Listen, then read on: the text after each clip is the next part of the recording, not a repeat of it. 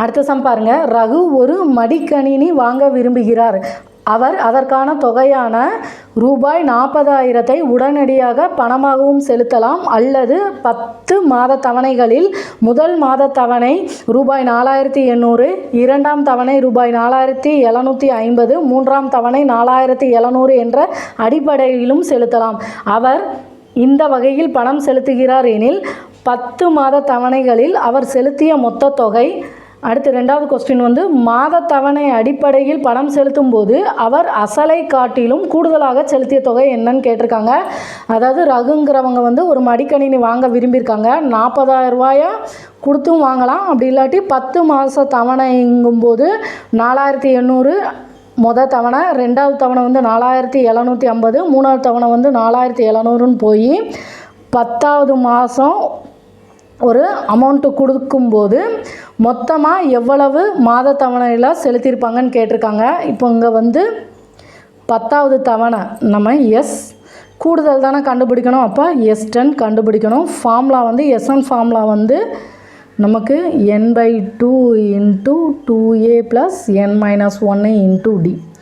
ஏன்னா n வந்து 10ன்னு கொடுத்துட்டாங்க. a வந்து நமக்கு தெரியும் 4,800. இதுதானே முதல் உறுப்பு 4,800. 2 × 4,800 + n-1 10 - 1 9 × d என்னன்னு கண்டுபிடிக்கணும். 50 50 குறையுது. இப்போ ரெண்டாவது உறுப்புலேருந்து முதல் உறுப்பை கழிக்கணும். 4,750 - 4,800. இப்போ நமக்கு -50ன்னு கிடைக்கும். -50 n/2னா 10/2 5 × இப்போ இதை பெருக்கணும்னா n 2 16, மிச்சம் 1, 4 2 8 1 9, 9,600 -9 5 45 0. அடுத்து இதை கழிச்சோம்னா 9,600 450 0 5 1 9. அடுத்து இதை 5ஆல் பெருக்கணும். 0 5 25, மிச்சம் 2 1 5 7 9 45 45,750. இப்போது 10 மாத தவணையில் செலுத்தியிருந்தாங்க அப்படின்னா அவங்க கொடுக்க வேண்டிய அமௌண்ட் வந்து 45,750. 10 மாத தவணைகளில் அவர் செலுத்திய மொத்த தொகை 45,750. இப்போ வந்து மொத்தமாக செலுத்திட்டோம்னா 40,000. இப்போ இதை விட இது எவ்வளோ அதிகம்னு கேட்டிருக்காங்க. மாத தவணையிலிருந்து 40,000 கழிக்கும்போது நமக்கு 5,750 ரூபா அதிகமாக வருது. மொத்தமானா இதிலே 40,000 கொடுத்து வாங்கிடலாம். அவங்க மாத தவணையில் அமௌண்ட்டு கொடுக்கும்போது 45,750 ரூபா வருது. இங்கே ரெண்டாவது என்ன கேட்டிருக்காங்க, கூடுதலாக எவ்வளோ செலுத்தியிருக்காங்க அப்படிங்கும்போது 5,750 ரூபா வந்து மாத தவணையில் செலுத்தும்போது கூடுதலாக வருது. அடுத்த சம் பாருங்கள். ஒருவர் தான் பெற்ற ரூபாய் 65,000 கடனை திருப்பி செலுத்த முதல் மாதம் ரூபாய் 400 செலுத்துகிறார். அதன் பிறகு ஒவ்வொரு மாதமும் முந்தைய மாதம் செலுத்தியதை விட ரூபாய் 300 கூடுதலாக செலுத்துகிறார். அவர் இந்த கடனை அடைக்க எவ்வளவு காலம் தேவைப்படும்? 65,000 ரூபாயை ஃபஸ்ட்டு மாதம் வந்து 400 ரூபான்னு கொடுக்காங்க. அடுத்து இதோட 300 கூட்டி 700ன்னு கொடுக்காங்க. அப்படியே போய்கிட்டே இருக்கும்போது எத்தனை மாதம் கொடுக்கும்போது இது வந்து 65,000 ஆகும்னு கேட்டிருக்காங்க. நமக்கு S1 வந்து கொடுத்துட்டாங்க. S1 ஃபார்முலா என்னது? n/2 × 2a + n-1 × d. என்ன தான் கண்டுபிடிக்கணும். S1 வந்து என்னது? 65,000.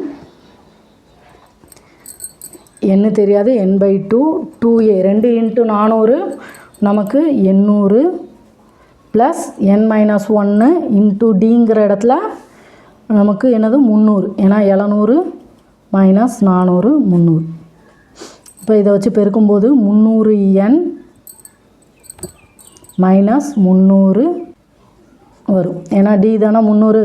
இப்போ 300 வச்சு என்ன பெருக்கும்போது 300n - 1 × 300 மைனஸ் 300. அடுத்து பாருங்கள், இந்த 800 மைனஸ் 300னா நமக்கு ப்ளஸ் 500ன்னு கிடைக்கும். அது எப்படி எழுதலாம்?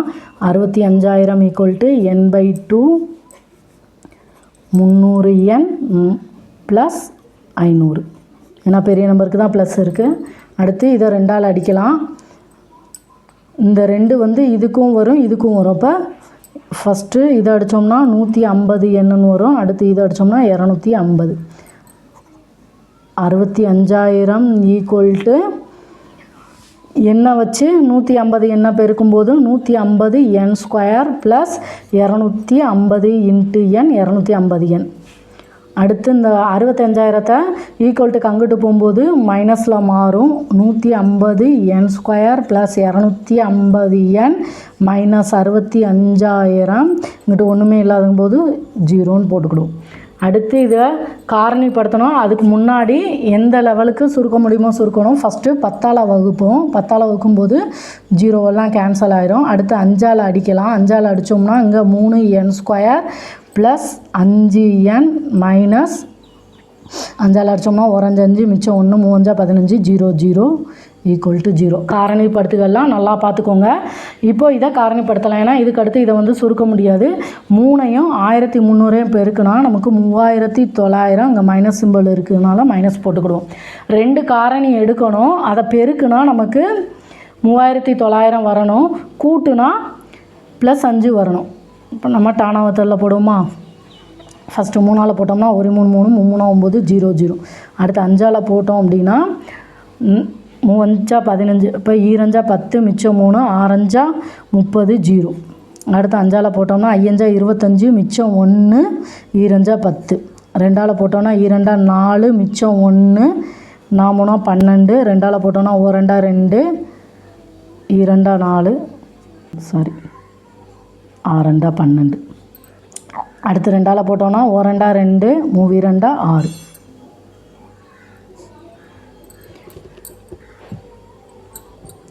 அப்போ பாருங்கள், 13ஐயும் 5ஐயும் பெருக்கும்போது நமக்கு 65ன்னு கிடைக்கும். 3 15 மிச்சம் 1 5 1 6 65. அடுத்து 2 10 2 20 20 இன்ட்டு 3 நமக்கு 60.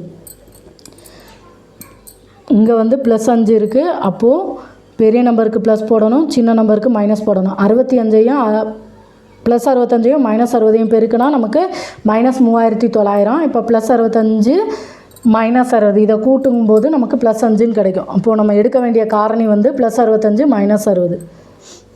3n square minus 60n plus 65n minus 1300 equal to 0. இப்போ இது 2 எடுக்கும்போது 3n பொதுவாக வெளியில் எடுத்தோம் அப்படின்னா நமக்கு n மைனஸ் 20ன்னு கிடைக்கும். அடுத்து இதில் 65 தான் எடுக்க முடியும். 65 எடுத்தோம் அப்படின்னா ஃபஸ்ட்டு n இருக்குது.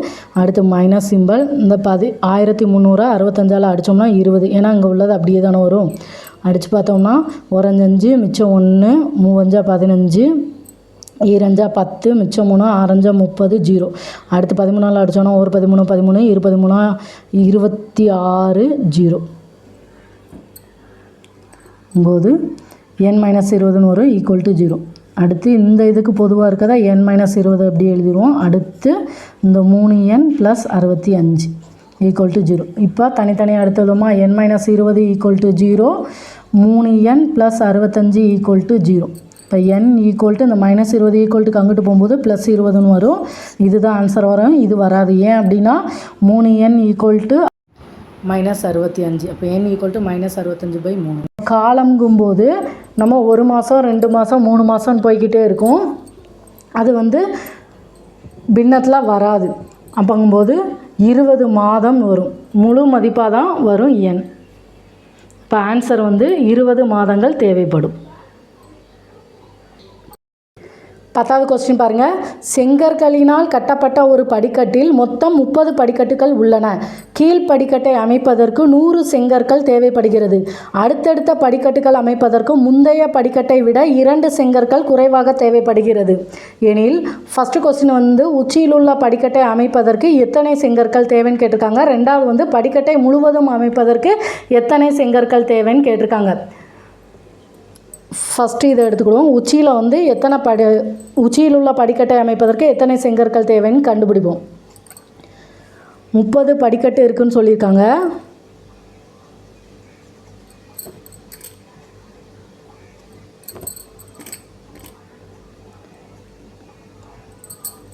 கீழ் படிக்கட்டை அமைப்பதற்கு 300 செங்கற்கள் தேவை. அதுக்கு அடுத்த படிக்கட்டை அமைப்பதற்கு முந்தைய படிக்கட்டை விட 2 செங்கற்கள் குறைவாக தேவைப்படுகிறதுன்னு சொல்லியிருக்காங்க. அப்போங்கும்போது 100 98 96ன்னு போகும், 2 2 குறைஞ்சிட்டு போகும். எவ்வளோ வரைக்கும் இருக்குது? நமக்கு 30 படிக்கட்டு வரைக்கும் இருக்குன்னு இருக்காங்க. எண்ணு வந்து நமக்கு 30ன்னு கொடுத்துட்டாங்க. அப்போ இந்த இடத்துல எத்தனை வரும்னு பார்க்கணும். TN ஃபார்முலா என்னது? A + n - 1 × D. ஏன்னா நமக்கு 30வது படிக்கட்டு தான் உச்சியில் இருக்கும். அது வந்து கண்டுபிடிக்கணும். A வந்து என்னது? 100 + n - 1. 30 - 1 29 × D வந்து 98 - 100 நமக்கு -2ன்னு கிடைக்கும். 100 மைனஸ், ஏன்னா 1 ப்ளஸ்ஸு 1 மைனஸ் பெருக்குனா மைனஸ் சிம்பிளில் வரும். 9 18 மிச்சம் 1 2 4 1 5.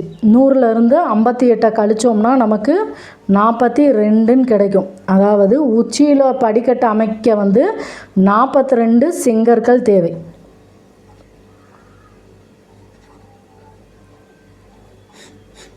அடுத்து 2வது பாருங்கள்.